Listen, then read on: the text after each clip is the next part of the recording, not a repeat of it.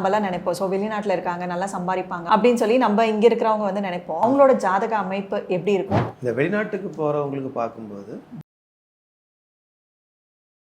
ஸ்திர ராசிகளா வரலைன்னா அவங்க தங்குறதை யோசிக்க தான் செய்யணும்.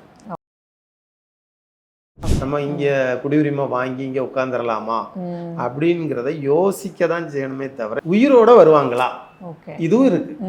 சிலர் போகிற இடத்துலயே அது மரண இடமா இருக்கும் அவங்களுக்கு. அதே மாதிரி வெளிநாட்டுக்கு போய் சிறைப்படுதும் இருக்கு. திருமணம் சார்ந்த விஷயங்களுக்கு ஜாதக ரீதியா என்ன சொல்யூஷன் இருக்கு சார்? சிலருக்கு ரெட்டை மாட்டு வண்டியில தான் போகணும் இருக்கும். 2 கணவரும் இருப்பாங்க, இல்லை 2 மனைவியும் இருப்பாங்க. ஒருவருக்கு தெரியாம ஒருவர் இருப்பாங்க. இந்த மாதிரியும் ஒரு விதி இருக்கு. அஸ்ட்ரோ தமிழ் அன்பனியர்களுக்கு வணக்கம். நம்ம சேனலை தொடர்ந்து பார்த்தீங்கன்னா ஜோதிடம், ஆன்மீகம், வாஸ்து, நியூமராலஜி அப்படின்னு பல இன்ட்ரெஸ்டிங்கான விஷயங்கள் வந்து பார்த்துட்டு இருக்கோம் இல்லையா? ஸோ அந்த வகையில் இன்னைக்கு ஜோதிட ரீதியான விஷயங்கள் பேசுறதுக்காக நம்ம கூட ஆஸ்ட்ரோ ராபின் அவர்கள் இணைந்திருக்கிறாங்க. வணக்கம் சார். வணக்கம் மேடம். தொடர்ந்து நம்ம சேனலில் வந்து ஜோதிடம், ஆன்மீகம்னு நிறைய இன்ட்ரெஸ்டிங்கான விஷயங்கள் வந்து பார்த்துட்ருக்கோம். ஸோ இன்னைக்கு வந்து என்ன பார்க்க போகிறோம் அப்படின்னு பார்த்தீங்கன்னா, இப்போது கஷ்டங்கள் அப்படின்னு பார்க்கும்பொழுது எல்லாத்துக்குமே இருக்குது. ஸோ அப்ஸ் அண்ட் டவுன்ஸ் தான் வாழ்க்கை இல்லைங்களா? ஸோ இப்போது வெளிநாட்டில் இருக்கிறாங்க அப்படின்னா நம்மலாம் நினைப்போம். ஸோ வெளிநாட்டில் இருக்காங்க, நல்லா சம்பாதிப்பாங்க, அவங்க லைஃப் ஸ்டைலே வந்து நல்லாயிருக்கும் அப்படின்னு சொல்லி நம்ம இங்கே இருக்கிறவங்க வந்து நினைப்போம். ஆனால் ரியாலிட்டி அப்படின்னு பார்க்கும்பொழுது அவங்களுக்கும் அங்கே நிறைய கஷ்டங்கள் இருக்குது. ஸோ நம்ம இங்கே என்ன ஃபேஸ் பண்ணுறோமோ அதே தான் அவங்களும் அங்கே ஃபேஸ் பண்ணுறாங்க. ஸோ கல்யாணம் ஆகட்டும், இல்லை ஒரு வீடு, சொந்த வீடை வாங்குறதா இருக்கட்டும், இப்போ லைஃப்ல செட்டில் ஆகிறதா இருக்கட்டும், ஜாப் விஷயமா இருக்கட்டும், படிக்கிறதா இருக்கட்டும், எல்லா விஷயத்துலையுமே வந்து ப்ராப்ளம்ஸ் வந்து ஃபேஸ் பண்றாங்க. இப்போ இந்தியாவில் இருக்கோம் அப்படின்னா இப்போ குலதெய்வம் வழிபாடா இருக்கட்டும், இல்லை வேற ஏதாவது நம்ம மாற்றா வந்து பண்ணி நம்ம லைஃப் வந்து சரி பண்ணிக்கலாம். ஸோ அங்க இருக்கிறவங்களுக்கு என்ன மாதிரியான விஷயங்கள் வந்து பண்ணா அவங்க லைஃப் வந்து சரியா இருக்கும் அப்படின்னு சொல்லி தான் நம்ம இன்னைக்கு பார்க்கலாம் சார். அவங்களோட ஜாதக அமைப்பு எப்படி இருக்கும்? ஸோ அவங்க கஷ்டப்படுறாங்க அப்படின்னா அதோட ஜாதக அமைப்பு வந்து எப்படி இருக்கும் சார்? இது பொதுவாக நாங்கள் இதை எப்படி பார்க்குறோம் அப்படின்னா, சாதாரணமாக உள்நாட்டில் இருக்கிறவங்களுக்கு அவங்க பிறந்த நட்சத்திரத்திலிருந்து வருகிற திசாபுத்தி காலங்களை வச்சு இதை சொல்லிடும். இந்த வெளிநாட்டுக்கு போகிறவங்களுக்கு பார்க்கும்போது ராசிகளையும் கிரகங்களையும் அடிப்படையாக வச்சு மட்டும்தான் பார்ப்போம். ராசிகள், கிரகங்கள். உதாரணம் எடுத்துக்கிட்டால் மேச ராசி வந்து முசப்பத்தோமியாவை ஆட்சி செய்கிறதா எழுதி வச்சுருக்காங்க.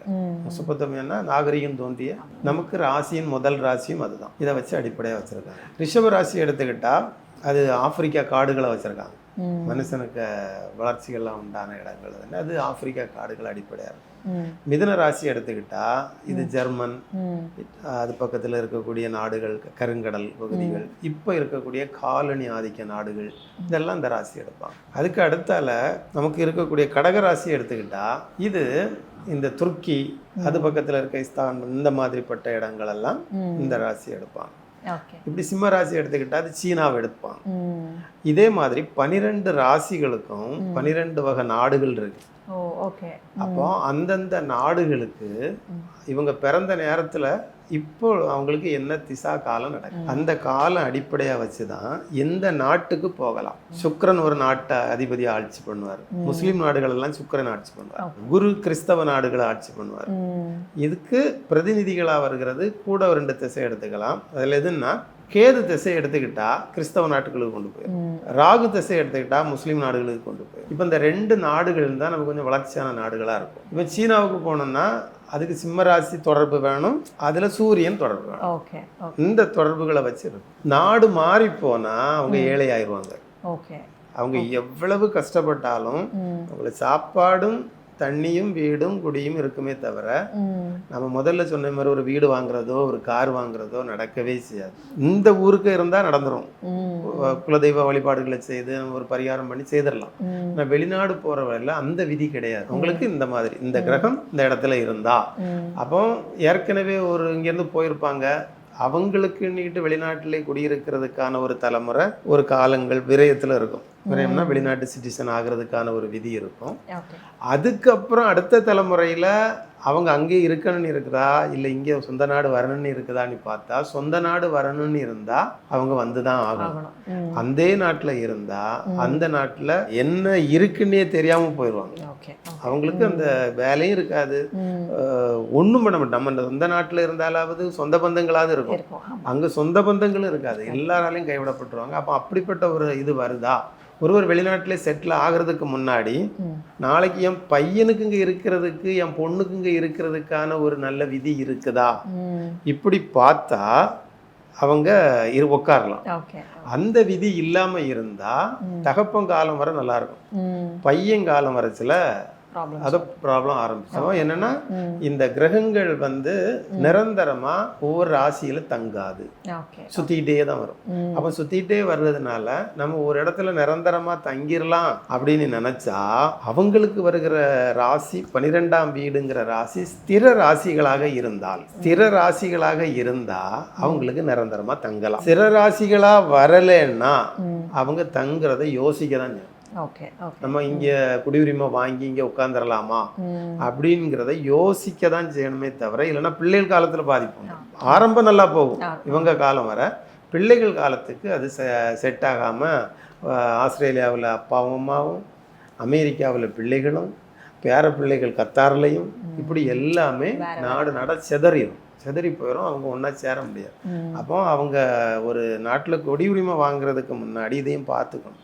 இதை பார்த்து அவங்க செய்தால் அவங்க வாழ்க்கையில் நல்ல நிலையில் எத்திடுவாங்க. என்ன அப்படின்னா, நமக்கு ஒரு சின்ன நோய் வந்தோன்னா ஆஸ்பத்திரிக்கு போகிறோம், மருந்தை வாங்கி சாப்பிட்டு க்யூர் ஆயிரும். அப்போ வாழ்க்கையில் சில ஏற்ற இறக்கங்கள், தாழ்வுகள் இதெல்லாம் வந்துட்டு இருக்கும். காலங்கள் நமக்கு இடையூறாக இருக்காது. இவ்வளோ காலம் இருந்தாலும் இது கிடைக்கும். அப்படிங்கும்போது இந்த காலத்தில் என்ன ப்ராப்ளம் இருக்குது அதை பார்த்து சரிப்படுத்திக்கிட்டா அதை நியூட்ரல் பண்ணி வாழ்க்கையில் ஜெயிச்சிடலாம். அப்போ வெளிநாட்டில் போகிறவங்க எப்படியுமே வெளிநாட்டில் இருக்கிறவங்க, வெளிநாடுனாலே 12ஆம் வீடுங்கிறது சொந்த நாட்டை விட்டு வெளிநாடு போய் செட்டில் ஆகிறது. அதே மாதிரி சொந்த பூமியை விட்டு இறைவன்கிட்ட போய் செட்டில் ஆகிறது. ஆன்மீகமும் அதுதான், அடுத்த நாட்டுக்கு போகிறதும் அதுதான். இந்த ரெண்டு இதில் தான் இருக்குது. அப்போ இவங்க இதை பார்த்து ஒரு முடிவெடுத்துக்கிட்டா அவங்க வாழ்க்கையை அவங்க ஸ்திரப்படுத்திடுவாங்க. இல்லாமல் இல்லை எனக்கு ஆசை இருக்கு அப்படின்னாலும் காலம் கடந்த உடனே அந்த காலம் பிடிச்சி வெளியே போட்டோம், அங்கே உட்கார வைக்காது. இதுதான் அந்த நாடு விட்டு நாடு போய் வாருது. அதில் ஸ்திர ராசியில் மட்டும் அவங்க உட்காந்துட்டாங்கன்னா அங்கேயே நல்ல வளர்ச்சியாகி, அங்கேயே அவங்களுக்கு சொந்த பந்தங்கள், குடும்பங்கள் எல்லாம் உருவாகி அதிலே நல்ல நிலைக்கு வந்துருவாங்க. அவங்களுக்கு இது பார்க்க வேண்டிய அவசியம் இருக்காது. ஆனால் மற்றவங்க கவனமாக பார்த்து நமக்கு என்ன மாதிரி விதி இருக்கு, ரெண்டில் போகலாமா, இல்லைன்னா சொந்த ஊருக்கே போயிடுவோமா, இல்லைன்னா அடுத்தால ஒரு திசை வருதுன்னா இன்னொரு நாட்டில் போய் அந்த நாட்டில் போகும்போது செட்டில் ஆகலாமா அப்படிங்கிறத பார்த்து செய்தால் அவங்க ஜெயிச்சிடும். இப்போ வந்து நிறைய பேர் வந்து படிக்கிறதுக்காக எல்லாம் போறாங்க இல்லைங்களா சார்? ஸோ அதற்குண்டான அமைப்பு எல்லாம் எப்படி இருக்கும்? ஜாதக ரீதியாக என்ன மாதிரியான கிரக சூழ்நிலைகள் இருந்தால் படிக்கிறதுக்காக போய் அங்கேயே வேலை செய்யறதுக்கான அமைப்பு வந்து இருக்கும்? பொதுவாக ஆரம்ப கல்வி படிக்கிறதுக்காக போக மாட்டாங்க, ஒரு ஹையர் எஜுகேஷன் தான் போவாங்க. அப்போ அதுன்னு பார்க்கும்போது அதுக்கு அந்த 9ஆம் வீடு அப்படிங்கிறத பார்ப்போம். 9ஆம் வீடு அப்படிங்கிறதும் அந்த 9ஆம் வீட்டில் சாதகமான கிரக அமைப்பு இருந்ததுன்னா இவங்க போயிடலாம். நமக்கு மானியம் கிடைக்கிற அளவுக்கு போகிற விதிகளும் இருக்கும்.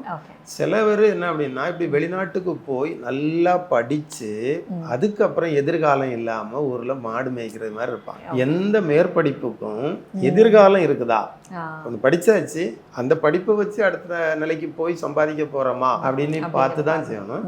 சில டாக்டராக படிச்சிருப்பாங்க, படித்து முடிச்சு 6 மாதம் 1 வருஷம் வேலை பார்த்துட்டு உட்காந்து தான் இருப்பாங்க, வேலை பார்க்க மாட்டாங்க. பெரிய இன்ஜினியரிங்காக இருப்பாங்க, வெளிநாட்டிலலாம் போய் படிச்சிருப்பாங்க, படித்து முடிச்சு வீட்டில் வந்து சும்மா இருப்பாங்க. நிறைய அட்வொகேட் இருக்கிறாங்க, படிச்சிருப்பாங்க, எல்லாம் தெரியும், ஆனால் வாதாட கோர்ட்டுக்கு போக மாட்டாங்க. என்னன்னா படித்த படிப்புக்கும் ஒரு எதிர்காலம் இருக்கா அப்படிங்கிறத அவங்க தெரிஞ்சு வெளிநாட்டுக்கு போகிறது நல்லது. அப்போ வெளிநாட்டுக்கு போய் அங்கேயே 2வது வேலை பார்ப்பாங்களா அப்படின்னு பார்த்தா, வேலை பார்க்கறது இருந்தால் வேலை பார்த்துருவாங்க. இல்லை படிப்பு இருக்கு, படிப்புக்கான எதிர்காலம் இல்லைன்னா அவங்க உள்ளூரில் 2ஆம் கட்டம் பார்க்கணும். உள்ளூரில் எதிர்காலம் இருக்கா, உள்ளூரில் படிச்சுக்கிட்டு அப்போ அதை தான் செலக்ட் பண்ணணும். அப்போ வெளிநாட்டுக்கு போகும்போது எனக்கு ஆசை இருக்கு, அப்பா அம்மாவுக்கு படிக்க வைக்கிறதுக்குள்ள திறன் இருக்கு, அதுக்குள்ள செல்வாக்கு இருக்கு, எல்லாம் வச்சாச்சு, அந்த பிள்ளை 2வது திரும்பி வருமா அப்படின்னு ஒன்று பார்க்கணும். போயிட்டு அது திரும்பி வருமா, நம்மளை பார்க்குமா, தாய் தப்பனுக்கு பிள்ளைகளா இருக்குமா, இல்லை ஒரு பிள்ளை இருக்கும், அதுவும் போயிடும். அப்போ இப்போ அதுக்கப்புறம் இவங்க அனாதையா இருப்பாங்க. இந்த நிலை, இந்த இது விட்டுட்டு போங்கிற நிலை இருக்கா, போனா வராதுன்னா அந்த பிள்ளைய அனுப்பக்கூடாது. அங்க போற இடத்துல அங்கேயே கல்யாணம் ஆகி செட்டில் ஆயிரும், இவங்க இங்க அவங்க அங்க அந்த விதியும் இருக்கா அப்படின்னு பார்த்தா என்ன அப்படின்னா நமக்கு இத விதியை திருத்த முடியாதுன்னு ஒண்ணு அப்படி கிடையாது. அதை திருத்த முடியாது, அது அப்படியே தான் நடக்கும் அப்படின்னா இவங்க பாவ புண்ணியம்னு ஒண்ணு இருக்கு. பாவம் அதிகமானா விதியை திருத்த முடியாது, வாய்ப்பே கிடையாது. புண்ணியம் அதிகமா இருந்தா விதியை திருத்திடலாம். புண்ணிய கர்மா அப்படிங்கிறது இருந்தா இறைவன் கேட்கறத கொடுத்துருவான். பாவம் அதிகமா இருந்தா இறைவன் கேட்கறத கொடுக்கவே மாட்டான். அப்போ இவங்களை திருத்த முடியாது, விதியை இவங்க ஜெயிக்கவே முடியாது. அங்க நம்ம எவ்வளவுதான் பரிகாரம் அது இதுன்னு சொன்னாலும் பாவம் பலமா இருக்குது. பாவம் பலமா இருந்தா நம்ம ஜாதகம் சொன்னாலும் அவங்களுக்கு பலிக்காது. புண்ணியம் பலமா இருந்தா நல்ல வழிகாட்டலாம், அவங்களுக்கு பலிக்கும். அப்ப இதையும் பார்த்துச்சு, வெளிநாட்டுக்கு போற விஷயங்களையும் அந்த அமைப்புகள் கரெக்டா இருக்குதா, அதுக்கு ரெண்டாவது என்ன பிரச்சனைகள் இருக்குது. ஆனா ஒரு இதை மட்டும்தான் அந்த நேரத்துல அவங்க மைண்ட்ல ஓடும். ஆனா இந்த காலக்கணிதம் படிச்சவங்களுக்கு அதுக்கு எதிர்காலம் இதெல்லாம் ஓடும். குடும்பத்துல இருக்க பாதிப்புகள், நாளைக்கு இந்த தாய் தகப்பனை பார்ப்பாங்களா இல்லைன்னா அங்கேயே இருந்துருவாங்களா. இன்னொன்னு இருக்குது, இவங்க வெளிநாட்டுக்கு போனா உயிரோட வருவாங்களா, இதுவும் இருக்கு. சிலர் போகிற இடத்துலயே அது மரண இடமா இருக்கும் அவங்களுக்கு. அப்ப அப்படியும் போகக்கூடாது, அப்படி போறதையும் பார்க்கணும். பிள்ளை வெளிநாட்டுல படிக்கணும் அப்படிங்கிற ஆசை இருக்கும், ஆனா வெளிநாட்டுக்கு போனா திரும்ப வராது, இறந்து போயிருங்கிற ஒரு இது இருந்தா அவங்க போயிடக்கூடாது. அதே மாதிரி வெளிநாட்டுக்கு போய் சிறைப்படுதும் இருக்கு. அப்ப அந்த விதியும் இருக்குதா, ஏதோ தெரியாம வேற யாரும் செய்த தப்புக்காகவும் பிடிச்சி உள்ள போட்டுடலாம், நிரூபிச்சுட்டு வெளியே போகணும், வாழ்க்கையும் தொலைச்சிருவாங்க. அந்த விஷயத்தையும் இதெல்லாம் நம்ம அதில் பார்த்து தெரிஞ்சுக்கிட வேண்டியது. இதெல்லாம் அவங்க தெரிஞ்சிட்டாங்கன்னா வெளிநாடு விஷயங்கள் படிக்க போகிறது, அங்கே இருக்கிறவங்க, இப்படிப்பட்ட சில அமைப்புகள் அவங்க ஜாதகத்தை நல்லா பார்த்து தெரிஞ்சு அந்த குடும்பம் சந்தோஷமா வாழும். Okay sir. ஸோ அடுத்ததாக பார்த்தீங்கன்னா இன்னொரு மேஜர் ப்ராப்ளம் என்னன்னு பார்த்தீங்கன்னா திருமணம் சார்ந்தது தான். நிறைய பேர் வந்து வெளிநாட்டு வரன் வேணும்னு இங்கே இருக்கிறவங்க எல்லாம் ஆசைப்படுவாங்க. ஆனால் அங்கேயே வெளிநாட்டிலேயே இருக்கவங்க வந்து மேரேஜ் விஷயத்தில் வந்து நிறைய ப்ராப்ளம்ஸ் வந்து ஃபேஸ் பண்ணுறாங்க. இப்போ என்னன்னு பார்த்தீங்கன்னா அங்கே இப்போ அமெரிக்கன்ஸாக இருக்கட்டும் இல்லை ஆஸ்திரேலியாவில் இருக்காங்கன்னா அந்த நாட்டை சேர்ந்தவங்கள வந்து லவ் பண்ணி மேரேஜ் பண்ணிப்பாங்க. ஸோ அந்த லைஃப்லேயே வந்து நிறைய பிரச்சனைகள்லாம் இருக்கும். இப்போ நம்ம இங்கே வந்து ஒரு சிலருக்கெல்லாம் வந்து ஜாதகத்துல என்ன அமைப்பு இருக்கும்னா லேட் மேரேஜ் நடந்துச்சுன்னா நல்லா இருக்கும் அப்படிங்கிற மாதிரி சொல்லுவாங்க. ஆனா அங்கெல்லாம் வந்து ஏர்லியர் மேரேஜ் வந்து நிறைய ப்ரிஃபர் பண்ணுவாங்க. ஸோ அதுல வந்து நிறைய ப்ராப்ளம்ஸ் ஃபேஸ் பண்ணி 2வது மேரேஜ் 3வது மேரேஜ் அப்படின்னலாம் ஒரு கல்ச்சர் அங்கே வந்து நிலவிட்டு இருக்கு. திருமணம் சார்ந்த விஷயங்களுக்கு ஜாதக ரீதியா என்ன சொல்யூஷன் இருக்கு சார்? ஆமாம், திருமணம் சார்ந்த விஷயங்களை பொறுத்தவரையில் ஒவ்வொரு ஜாதகத்திலையும் 3 கல்யாணம் இருக்கும். ஒவ்வொரு ஜாதகத்திலையும் 3 கல்யாணம் இருக்கும். சிலருக்கு ஒரு கல்யாணத்தோட நின்றோம், சிலருக்கு 2 கல்யாணத்தோட நின்றோம், சிலருக்கு 3 கல்யாணத்தோட நின்றோம், சிலருக்கு 3லயும் நிக்காது. பிறகு கல்யாணம் பொண்ணு இருக்காது, ஒத்தைக்கு இருப்பாரு. எல்லாம் அந்த பெண்ணா இருந்தா மாப்பிள்ளை இல்லாம இருக்கும். இதுவும் ஒரு விதி. அதுக்கப்புறம் 2வது என்னன்னா முதல் தாரம் கெட்டு 2ஆம் தாரம் பிளக்கும். அப்போ முதல் தாரத்தை ஏதோ விவாகரத்தோ ஏதோ ஒரு வாய்ப்போ இதுவும் இருக்கா பார்க்கணும். அப்புறமா இது உள்நாட்டு மாப்பிள்ளையா வெளிநாட்டு மாப்பிள்ளையான்னு பார்க்கணும். நம்ம குடும்ப பாரம்பரியத்தில் வெளிநாட்டில் இருந்தாலும் குடும்ப பாரம்பரியம் சார்ந்த இடங்கள்ல அந்த மாப்பிள்ளை இருக்கிறாரா, வெளிநாட்டில் இருக்கிறாரா, அதில் முதல் மாப்பிள்ளை இங்கே 2வது மாப்பிள்ளை அங்கே உள்ளவர் இருக்கிறாரா, இந்த கட்டத்தில் பார்க்கணும். இதில் சிலருக்கு காதல் கல்யாணம் நீ பண்ணினா மட்டும்தான் நல்லா இருப்பாங்க. அந்த கல்யாணம் பண்ணா அப்போதான் அந்த என்னன்னா காதல் கணவர் ஒரு ஆளு, முதல் கணவர் ஒரு ஆளு, 2ஆம் கணவர் ஒரு ஆளு, அப்படி 3 விதத்துல நமக்கு இதுல சொல்லி வச்சிருக்காங்க. அப்போ இது காதல் கணவர்னா உள்நாடா வெளிநாடா அது பார்க்கணும். 2ஆம் கணவர் உள்நாடா வெளிநாடா, முதல் கணவர் உள்நாடா வெளிநாடா. சிலவங்களுக்கு முதல் கணவரே திருமணம் முடிஞ்சவங்க வருவாங்க. அப்போ முதல் கணவரே திருமணம் முடிஞ்சவரா முடியாதவரா, அது 2வது முடிஞ்சவரா முடியாதவர். சிலருக்கு கல்யாணம் முடிஞ்சதுக்கு அப்புறம் காதல் வந்துடும், கல்யாணம் நடந்தாச்சு காதல் வந்துடும். அப்போ அந்த காதல் எப்படிப்பட்ட காதல், அது கல்யாணம் முடிஞ்சதுக்கு அப்புறம் உள்ள காதலா? சிலது என்னன்னா ஒரு கல்யாணம் முடிஞ்சதுக்கு அப்புறம் ஒரு காதல் இருக்கும், இந்த காதலுக்காக இந்த குடும்பத்தை விரட்டுவாங்க. ஆனா அந்த காதல் பேசிட்டு இருக்கிற பெண்ணு குடும்பம் நடத்த வருமா வராதா அப்படின்னு பார்த்துருக்க மாட்டாங்க. பேசுவாங்க, குடும்ப நடத்த சேர்ந்து வாழ்வோம்னா வரமாட்டாங்க. இதுவும் போயிடும் அதுவும் போயிடும். இதெல்லாம் கல்யாணத்துல அப்படிங்கிறது ரொம்ப பிரச்சனைகள் இருக்கு. இது வெளிநாட்டுல இருக்கும்போது அங்கே பழகிடுவாங்க. பழகும்போது இதுல இவங்க ஜாதகத்தை முதல்ல பார்த்து எப்படி நடக்கணும். சிலருக்கு ரெட்டை மாட்டு வண்டியில தான் போகணும் இருக்கும், 2 கணவரும் இருப்பாங்க, இல்லை 2 மனைவியும் இருப்பாங்க, ஒருவருக்கு தெரியாம ஒருவர் இருப்பாங்க. இந்த மாதிரியும் ஒரு விதி இருக்கு. அப்ப இது ரெட்டை மாட்டு வண்டி, ஒத்த மாட்டு வண்டி, இப்படி விதி அது உள்ளுக்கு இருக்கிறத இப்படி இந்த கல்யாண விதியில மட்டும் யாரும் தலையிட முடியாது. கல்யாணம் வந்து அவங்க சொந்த விருப்பத்தோட சம்பந்தப்பட்டது, பொது ஜனத்தோட உள்ளதில்லை. இவங்க சொந்தமா போவாங்க. இன்னும் சிலர் முதல்ல நான் காதல் திருமணம் தான் பண்ணுவேன் அப்படி சொல்லிட்டு இருப்பாங்க. ஆனா அவங்க விதியில காதல் திருமணமே பண்ணக்கூடாதுன்னு இருக்கும். அது காதல் திருமணம் பண்ண 3 மாசத்துக்குள்ள போயிடுவாங்க. சிலருக்கு திருமணம் என்னன்னா போன ஜென்மத்துல விட்டு இந்த ஜென்மத்துல தொடங்க வருவாங்க. பூர்வ ஜென்ம தொடர்ச்சி. அதுல கும்பராசி, ரிஷபராசி, சிம்ம ராசி, விருச்சிக ராசி, இந்த 4 ராசியிலையும் போன ஜென்மத்துல உள்ள பாக்கிய அனுபவிக்க வர்றாங்க. போன ஜென்மத்துல கரெக்டா வாழ்ந்திருக்க மாட்டாங்க, தொடக்கத்திலே பிரிஞ்சிருப்பாங்க. அப்போ ஒண்ணுல இப்போ யுத்தத்துல போய் இறந்து போறதோ, காணாம போறதோ, ஒரு கேஸ் ஜெயிலே வளர்ந்து வாழாம போறதோ, அப்படி ஒரு பேலன்ஸ் இருக்கும். இந்த பேலன்ஸ் எல்லாம் அடுத்த ஜென்மத்துல வந்து இவங்க நிறைவேற்றி வருவாங்க. அப்போ அதுக்கான 4 ராசிகளை அங்க வச்சிருக்காங்க. அப்போ இது நான் போன ஜென்மத்துல இருந்து வந்ததா. இப்போ சிலருக்கு கல்யாணத்தை ஊரு கூட்டி கல்யாணம் பண்ணக்கூடாது, சில விதி.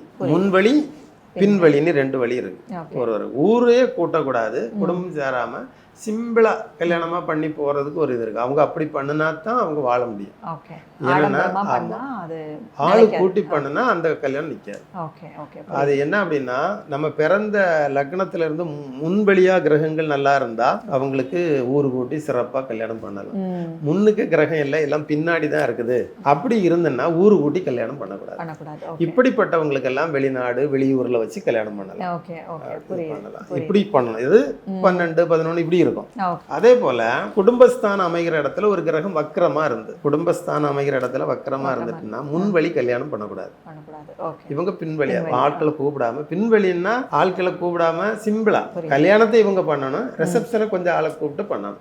இப்படி பண்ணினா மட்டும்தான் இந்த குடும்பம் நிற்கும். அப்படி இல்லைன்னா இந்த குடும்பம் ஒரு 3-4 மாசம் கழிச்சு சண்டை ஆரம்பிச்சிடும். இது முன்வழி, இது பின்வழி. பின்வழியில போறவங்க தான் பெருவாரியா வெளிநாட்டிலே கல்யாணம் பண்ணுவாங்க. வெளிநாட்டுல போறதுல அங்கே ஆட்களை பார்த்து அதிலே பழகிடுவாங்க, அதிலே கல்யாணம் நடக்கும்.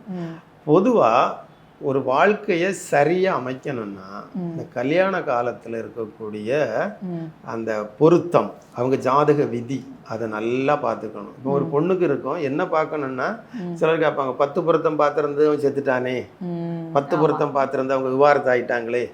இது என்னன்னா, ஒருவருக்கு பொருத்தங்கிறது நட்சத்திரத்தை வச்சு பார்த்துருவாங்க. தீர்க்க சுமங்கலி அப்படின்னு ஒரு பொண்ணு இருக்கும் அப்படின்னு ஒரு ஜாதகம் இருக்கும். அப்போ இன்னும் ஒருவருக்கு இருக்கும் விதவையா இருக்கணும் அப்படி இருக்கும். 2 தீர்க்க சுமங்கலியே சேர்க்கலாம். ஒரு விதவையும் ஒரு தீர்க்க சுமங்கலியும் சேர்க்கலாம். 2 விதவை ஜாதகத்தை சேர்க்கக்கூடாது, அது பிரிஞ்சிருவாங்க. 2 விதவையை சேர்க்கக்கூடாது, 2 தீர்க்க சுமங்கலியை சேர்க்கலாம். ஒரு விதவையும் ஒரு தீர்க்க சுமங்கலியும் சேர்க்கலாம், 2 விதவை ஜாதகத்தை சேர்க்கக்கூடாது. அதே போல ஒரு குடும்பத்தை பிரிக்கிறதே ராகு கேது தான். அப்ப ராகு கேது பிரிச்சா ராகு கேதுக்கு ஒரு பக்கத்துல சுக்கிரனும் ஒரு பக்கத்துல செவ்வாயும் இருந்து ஒருவருக்கு 2 ஒரே பக்கத்துல இருந்தா சேர்க்கலாம், 2 பேருக்கும் 2 பக்கத்துல இருந்தா சேர்க்கக்கூடாது. அவங்க சேர்ந்து வாழ்ந்துட மாட்டாங்க. அப்போ இந்த விதி நட்சத்திரத்துக்கு அப்பாற்பட்டும் சிலதை பார்த்து கல்யாணத்துல வந்து அவங்க சரியா கல்யாண கால் நாட்டுறது மாதிரி பந்தக்கால் நாட்டுற மாதிரி நாட்டிட்டாங்கன்னா அந்த குடும்பம் நல்லா இருக்கும். இது சாஸ்திரிகள் அப்படி எழுதி வச்சிருக்காங்க இந்த மாதிரி. ஏன்னா அவ்வளவு பிரச்சனைகளை பார்த்தவங்க இதுக்கு என்ன மருந்து அப்படிங்கிறத கண்டுபிடிச்சு கல்யாண விஷயத்துல மட்டும் இதை தெளிவா எழுதி வச்சிருக்காங்க. அப்போ இதை மங்கள திருமணம்னு இதுக்கு பேர். இந்த திருமணத்தை இந்த வழியில பண்ணுனா சிறப்பா பண்ணுனா நல்லா இருப்பாங்க. அப்போ இதை பார்த்துக்கலாம். ரொம்ப சிறப்பா வந்து இப்போ வெளிநாட்டுல இருக்காங்க அப்படின்னா நல்லா இருக்காங்க அப்படிங்கிற மைண்ட் செட் தான் எல்லாருக்குமே இருக்கும். ஸோ அங்க இருக்கிறவங்களும் ப்ராப்ளம்ஸ் நிறைய ஃபேஸ் பண்றாங்க. அவங்களோட கிரக சூழ்நிலைகள், அவங்களோட ஜாதக ரீதியான நிறைய பிரச்சனைகள் வந்து அவங்களுமே வந்து ஃபேஸ் பண்றாங்க அப்படின்னு நம்ம கன்சல்டேஷன் பார்க்கும்பொழுது தான் நிறைய வந்து தெரிய வருது. ஸோ அவங்களுக்கெல்லாம் இந்த பதிவு வந்து ரொம்பவே யூஸ்ஃபுல்லாக இருக்கும். ஸோ நம்ம ஜாதகத்துலையும் பிரச்சனை இருக்குது, ஸோ இதை வந்து நம்ம எப்படி சரி பண்ணிக்கிறது அப்படின்னு சொல்லி அவங்களும் தேடும் பொழுது ஸோ நீங்கள் சொன்ன இந்த பதில்கள்லாம் வந்து அவங்களுக்கு வந்து ஒரு ஆன்சராக இருக்கும், ஒரு பூஸ்டாக இருக்கும். ஸோ அவங்களோட ஜாதகத்துலையும் மேற்கொண்டு வேறு ஏதாவது ப்ராப்ளம் இருந்தது அப்படின்னா கன்சல்டேஷன் மூலியமாக வந்து அதை கேட்டு தெரிஞ்சுக்கிட்டு அவங்களுக்கு உண்டான பதிலை வந்து அவங்க தெரிஞ்சுக்கலாம் இல்லையா. ஸோ தொடர்ந்து நம்ம சேனலில் வந்து நிறைய ஜோதிட ரீதியாக வந்து சொல்லிட்டு இருக்கோம் இல்லையா. ஸோ வெளிநாட்டில் இருக்கவங்களுக்கும் இந்த மாதிரி நிறைய பிரச்சனைகள் இருக்குது, என்னோட ஜாதகத்துலையும் இந்த மாதிரி பிரச்சனை இருக்குது, லைஃப்பில் வந்து எது பண்ணாலுமே சக்ஸஸ் வந்து கிடைக்கவே மாட்டேங்குது அப்படின்னு நினைக்கிறவங்க கீழே டிஸ்கிரிப்ஷனில் நம்பர் கொடுத்துருக்கோம். ஸோ அந்த நம்பருக்கு நீங்கள் கூப்பிட்டு கன்சல்டேஷன் எடுத்துக்கிட்டு உங்களுக்கு உண்டான ஒரு வழிகாட்டுதலாக வந்து எடுத்துக்கிட்டு லைஃப்பை வந்து நல்லபடியாக அமைச்சுக்கோங்க. ஸோ தொடர்ந்து நம்ம ஆஸ்ட்ரோ தமிழா சேனலில் ஜோதிட ரீதியாக நிறைய விஷயங்களை பார்க்க நம்ம சேனலில் ஃபாலோ பண்ணிக்கோங்க. ஸோ நன்றி, வணக்கம் சார்.